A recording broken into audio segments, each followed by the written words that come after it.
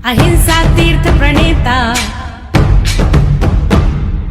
अहिंसा तीर्थ प्रणेता, जय जय हो भारत गौरव, राष्ट्र संत प्रमुख सागर। स्वर्णिम स्वर्ण जयंती का अवसर ये महान है, मिलकर हम मनाएंगे, गुरुवर देश की शान है, प्रमुख सागर। जय हो गुरुवर, प्रमुख सागर, जय हो गुरुवर।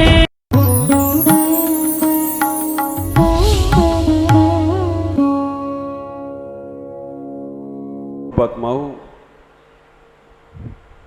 यह जीवन परिवर्तनशील है, परिवर्तन चाहता है।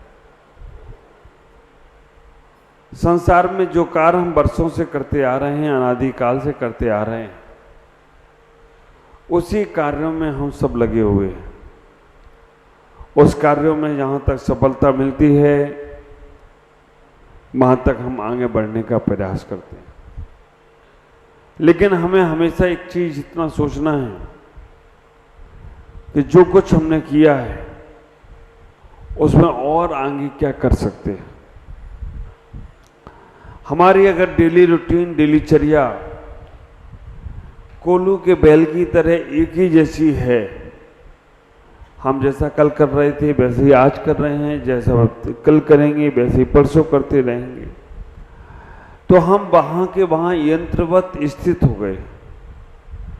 आचार्य यहाँ कहने का प्रयास कर रहे हैं कि हमें अपनी चर्याओं में रोज आगे बढ़कर देखना चाहिए। चर्या हो, चर्चा हो, जो भी समय है, हमें कैसे सार्थक करना है, ख्याल करके रखना। अपना जीवन बार बार वरदान देने वाला नहीं, बार बार हमें अपने जीवन में उन उपलब्धियों को प्राप्त करने का समय नहीं मिलेगा जो अभी मिला है। हम जितना चाहें उतना अपने जीवन को बदल सकते हैं। आचार्यों ने कहा है कि 84 लाख योनियों में हमने बहुत बार जन्म मरण किया। ऐसा नहीं है कि हम एक ही बार भटक कर निकले हों। 84 लाख योनियों में बार बार जन्म मरण लिया है, जन्म मरण किया है। क्योंकि हम निगोद से जब निकलते हैं तो कुछ समय लेकर निकलते हैं। कुछ समय भी बहुत बहुत महत्वपूर्ण होता है। नरकों में और स्वर्गों में व्यतीत किया, तिरंचों में अनादिकाल से व्यतीत कर रहे हैं। लेकिन हम मनुष्य पर्याय को जो पाए हैं, समझ के रखो ये हमारा ऐसा बम्पर पुरस्कार हमें मिला है कि अब तुम इस मनुष्य पर्याय से बार बार, अगर तुमने इस मनुष्य पर्याय को सार्थक कर लिया तो बार बार तिरंचों में, देवों में, मनुष्य नारकियों में नहीं जाना पड़ेगा। हम इस पर्याय से हम पार हो सकते हैं। एक छोटा सा उदाहरण आपने कई बार सुना होगा। एक महल है, उस महल के अंदर 84 लाख दरवाजे हैं और उस महल के अंदर एक व्यक्ति अंदर है और उस व्यक्ति से कहा गया है कि तुम्हें 84 लाख दरवाजों में से होकर निकलना है। एक दरवाजा खुला है, बस वो दरवाजे से तुम निकल गए तो फिर तुम्हें कभी इस महल में जाना नहीं पड़ेगा। वो व्यक्ति, आंखों में पट्टी बांध दी गई, उसके आंखों से उसे दिख नहीं रहा है। वो व्यक्ति हाथों का स्पर्श कर कर कर हर दरवाजे को खटखटाता है, हर दरवाजे को देखता है और हर दरवाजे से निकलते निकलते निकलते निकलते वो 83,99,999 दरवाजे उसने पार कर लिए। जो दरवाजा खुला था बस वहीं से उसे निकलना। उसने इतना धैर्य रखा कि कब आएगा, कब आएगा, कब आएगा, जो दरवाजे से मुझे बाहर जाना है। लेकिन विचार करके रखना, जैसे ही वो दरवाजा आया अचानक उसके पैर में खुजली मचने लगी। अचानक उसकी नाक पर एक मक्खी बैठ गई और जैसे ही पैर में खुजली मचने में लगी और नाक पर मक्खी बैठ गई तो उसने जो दरवाजे दोनों हाथों से हर दरवाजे का स्पर्श कर रहा था, उसने एक हाथ से मक्खी उड़ाई और एक हाथ से पैर की खुजली मचाई। इतने में क्या हुआ? हाँ, दरवाजा पार हो गया। खुला दरवाजा वो था, वो दरवाजे से जैसे ही उसने हाथ हटाया तो आप विचार करके रखना, दरवाजा पार हो गया। और दरवाजा पार होने के बाद, दरवाजा पार हो गया, दरवाजा पार होने के बाद वो व्यक्ति वहीं पर अटका पड़ा रहा, फिर 83 लाख योनियों में भटकता रहा। ख्याल करना, उस व्यक्ति में और हम सब लोगों में कोई अंतर नहीं। वो 83 लाख दरवाजे पार करने के बाद एक दरवाजा मिला है हमें मनुष्य पर्याय का। 83,99,999 दरवाजे पार करने के बाद एक दरवाजा मिला मनुष्य पर्याय का, और उस मनुष्य पर्याय से हमें पार होना है। आप ये नहीं सोचना कि पंचम काल में मुक्ति नहीं है। आप विचार करके रखना, भले ही पंचम काल में द्रव्य मुक्ति ना हो, लेकिन भाव मुक्ति आज भी है। द्रव्य मुक्ति में तो शरीर जाएगा छोड़कर हमें, लेकिन भाव मुक्ति में हमारे राग द्वेष की परिणति से हम बच गए, तो आज भी हमारी भाव मुक्ति से हमें कोई रोक नहीं सकता। आप विचार करके रखना, द्रव्य तो हमारा शरीर है, 8 कर्मों से युक्त है, ये तो हमारा समय जब होगा तब चला ही जाएगा। लेकिन भाव से तो आज भी हम मोक्ष जा सकते हैं। भाव मुक्ति में कहीं कोई दिक्कत नहीं है। पंचम काल और चौथा काल और तीसरा काल में कोई दिक्कत, भाव मुक्ति हम अपने जीवन में बनाने का प्रयास करें। जो हमारे अंदर राग द्वेष की परिणति चलती है, जो हमारे अंदर मोह की परिणति चलती है, जो हमारे अंदर अपने और पराये की परिणति चलती है, जो हमारे अंदर राग द्वेष के माध्यम से हम अपने जीवन को व्यतीत कर रहे हैं, इससे तो हम छुटकारा पाएं, हम इससे भी छुटकारा नहीं पाते। आप विचार करके रखना, आचार्यों ने हम साधुओं को कहा है सामायिक में रहना। हमारा एक चारित्र है, सामायिक चारित्र। 4 प्रकार से सामायिक को समझो। एक सामायिक शिक्षा व्रत है, एक सामायिक प्रतिमा है, एक सामायिक चारित्र है। ये तीनों को अगर हमने समझ लिया तो आप विचार करके रखना, भाव मुक्ति में हम आगे बढ़ना शुरू हो जाएंगे। सामायिक शिक्षा व्रत हमें सुबह शाम पूजा भगवान की कर पाएं या न कर पाएं, स्वाध्याय कर पाएं या न कर पाएं, लेकिन सामायिक जरूर करना। श्वेतांबर समाज में 13पंथी एक समाज है, महाप्रज्वली। आप विचार करके रखना, वहाँ मंदिर में मूर्ति पूजा नहीं है, वहाँ उपाश्रय है। उपाश्रय में हर श्रावक जाकर 1 घड़ी 2 घड़ी 3 घड़ी सामायिक करेगा ही करेगा।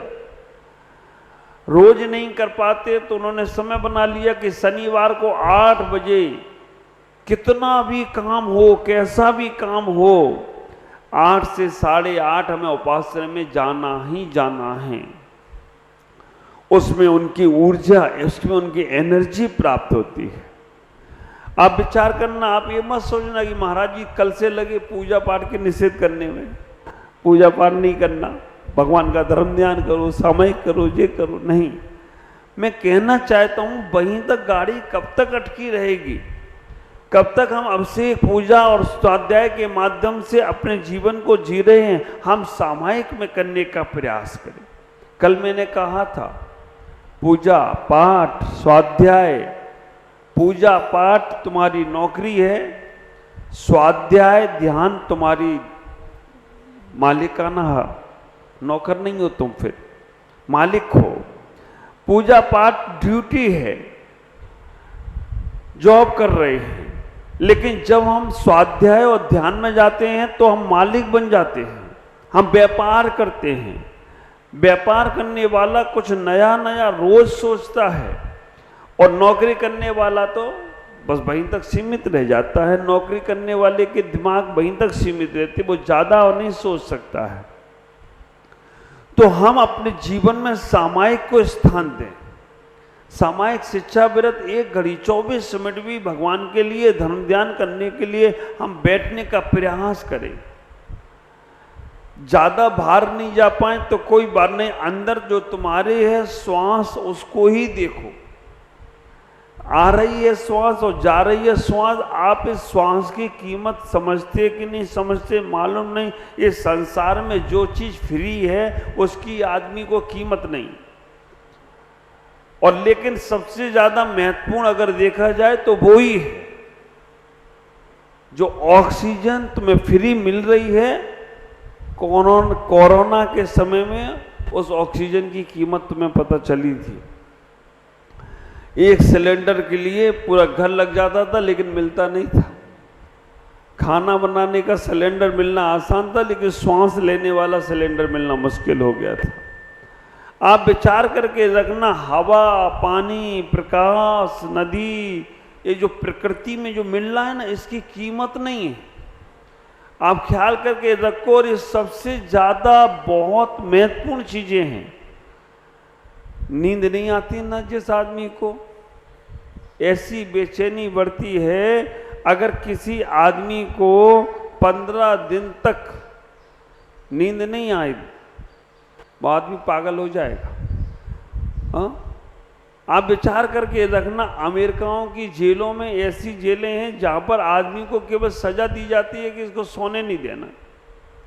सोने के लिए जैसे जाए उसे कांटा चबा दिया जाता है, फिर हड़बड़ा के उठ जाता है। और अगर उसकी नींद पूरी नहीं हो, आप नींद की कीमत ही नहीं समझते हो। रात के 12 बजे तक काम करते रहोगे, सुबह फिर 12 बजे तक सोते रहोगे। जो निंद्रा है ना वो तुम्हारी एनर्जी को देने में कारण बनती है। जो चीज तुम्हें दिखती नहीं है वो तुम्हें पावर देने का प्रयास करती है। पेड़ के पत्ते जो हैं वो महत्वपूर्ण नहीं है, पेड़ की जड़ें हैं जो महत्वपूर्ण है, वो तुम्हें ऊर्जा देती हैं। आप विचार करके रखना, काम करने से शक्ति नहीं आती है, आराम करने से शक्ति आती है। लेकिन हम सोचते हैं कि काम करेंगे तो शक्ति मिलेगी, नहीं, आराम करने से। लेकिन इतना भी आराम नहीं करना कि काम करने लायक ही ना बचो। आराम बड़ी चीज है, मुंह ढक कर सोइए। दास बलू का कह गए सबके दाता राम। कुछ कुछ होते हैं आलसी लोग। तो ख्याल करके रखो कि आपके पास सामायिक करने के लिए समय निकालो।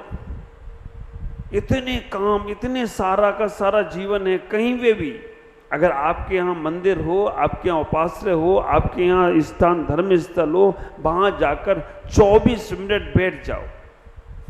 अपने अंदर झांकने का प्रयास करो, अपने अंदर देखने का प्रयास। किसी से मतलब नहीं, आ रही है श्वास, जा रही है, उसे देखो। बस इतना ख्याल करो, सांस आती है तो पेट फूलना चाहिए, क्योंकि हम थैली में सामान डालते हैं तो थैली भरती है, गुब्बारे में हवा भरते हैं तो गुब्बारा फूलता है। लेकिन हम लोगों को सही से श्वास लेना भी नहीं आती। हमारे आचार्य शुभचंद महाराज, जिन्होंने ज्ञानानंद नाम का ग्रंथ लिखा, शुभचंद आचार्य जिनने ज्ञानानंद नाम का ग्रंथ लिखा, उसके अंदर पूरा ध्यान का वर्णन दिया। उसी ध्यान को मैंने इस सिद्धा ध्यान में दिया है। कभी ये पुस्तक मिले तो आप जरूर देखना। इसमें हमने 20 प्रकार की ध्यान की अलग अलग चित्र के साथ हर विधि को बताने का प्रयास किया है कि कैसे हमें ध्यान में जाना है। और आप विचार करके रखना, ध्यान ही आत्मा का बयान करता है कि तुम्हारी आत्मा किस ओर जा रही है। संसार में एक इंद्रिय से लेकर पंचेंद्रिय तक के सभी जीव ध्यान करते हैं। ऐसा नहीं है कि वो ध्यान नहीं करते, होते हैं उनके ध्यान। एक इंद्रिय से लेकर पंचेंद्रिय असंगी तक सभी जीवों के आर्त ध्यान और रौद्र ध्यान है। आपके पास मौका है धर्म ध्यान करने का, साधुओं के पास मौका है शुक्ल ध्यान करने का। ध्यान से करना क्या? आप जब अपने मन में विचार बनाएंगे ध्यान सामायिक में जाने से, तो अपने इंटरनल पावर को पहचानना है। तुम्हारे पास कितनी शक्ति है उसका तुम्हें उपयोग करना है, उस शक्ति को समझने का प्रयास करना है। तो हर समय वो एक बात को विचार करता है कि कैसे हम अपने आप को, कैसे हम अपने राग द्वेष के परिणामों को, मेरे गुरुदेव ने मुझे एक आशीर्वाद लिखकर भेजा। आशीर्वाद जन्म दिवस, दीक्षा दिवस कभी भी भेजते हैं गुरुदेव, तो एक बहुत सुंदर सी पंक्ति उसमें लिखकर भेजी। बेटा, हर जन्म में हमने राग द्वेष को कम करने का कारण किया, हर जन्म में मैंने राग द्वेष छोड़ने का प्रयास किया। इस जन्म में ये प्रयास करो कि राग द्वेष के कारण ही समाप्त हो जाए। राग द्वेष के कारण समाप्त हो गए तो फिर हमने जड़ को ही काट दिया, और जड़ कट गई तो फिर वो पत्ते और वो फिर आने वाले नहीं। भाव मोक्ष को हमें करना है तो राग द्वेष को समझें। किन व्यक्तियों से, किन वस्तुओं से, किन क्रियाओं से मुझे राग उत्पन्न हो रहा है और किन से द्वेष उत्पन्न हो रहा है। ये भावना अगर आपने समझ ली तो विचार करके रखना, आप संसार से पार होना चाहते हो। जिन व्यक्तियों से राग हो रहा है ना, जिन बच्चों से तुम राग करते हो, ये मेरा बेटा, ख्याल करना, आखिरी समय वही आग लगाएगा, है ना, वही लेके आएगा, वो अग्नि का खंड कुंडी वो लेकर चलेगा, वही सबसे पहले जलाएगा। और वो तो चलो वहां तक साथ दे दे तो ठीक, उसके पहले ही बिगड़ गया तो फिर तुम पड़े रहो, कुछ भी करते रहो। ख्याल करो, उस व्यक्ति ने बहुत सोचा मैं पार हो जाऊंगा, लेकिन नाक पे मक्खी बैठी और पैर में खुजली मची, और नाक में मक्खी बैठी और पैर में खुजली मची तो वो दरवाजा पार हो गया। ये नाक पे मक्खी बैठती है वो अहंकार की मक्खी है, पैर में जो खुजली मची है वो विषय कामनाओं की खुजली है। और जब आदमी के अंदर अहम भाव जागृत होता है तब वो आदमी सर कटा देता है लेकिन झुकाता नहीं। और जब विषय कामनाओं की खुजली उसे मचती है तो धर्म, पूजा पाठ, गुरु सब कुछ छोड़ देता है, वो विषय कामनाओं को पूरा करने के लिए अपना सब कुछ लगा देता है। ज़्यादा बड़ा जीवन नहीं है हम सब लोगों के पास, बहुत अल्प आयु है।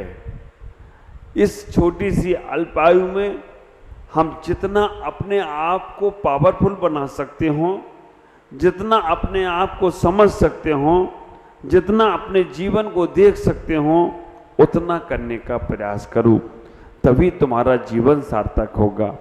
हम इतना ही समझें कि मनुष्य पर्याय बार बार नहीं मिलेगी। जिन जिन व्यक्तियों से, जिन जिन वस्तुओं से, जिन जिन क्रियाओं से तुम्हारे मन में राग का भाव उत्पन्न होता है, द्वेष का उत्पन्न होता है, उससे दूर करने का प्रयास करो। मैं कहना चाहूँगा, अगर आपने वो विचार किया तो मंदिर में जितना पुण्य कमाते हो उससे ज़्यादा पुण्य उस राग द्वेष को छोड़ने से भी प्राप्त हो तो कोई आश्चर्य की बात नहीं होगी। नहीं तो मंदिर में भी राग द्वेष हो जाए तो फिर कहाँ छोड़ोगे। अन्य स्थाने कृतं पापम धर्म स्थाने विमुच्यते, धर्म स्थानम कृतं पापम वज्रलेपो भविष्यति। इसलिए हम अपने जीवन में उन भावों को, परिणामों को निर्मल बनाएं जिससे हमारा कल्याण होगा, आपका जीवन मंगल में बनेगा। इन्हीं पुनीत भावनाओं के साथ मैं अपनी वाणी को विराम देता हूँ। ओम नमः जय गुरु।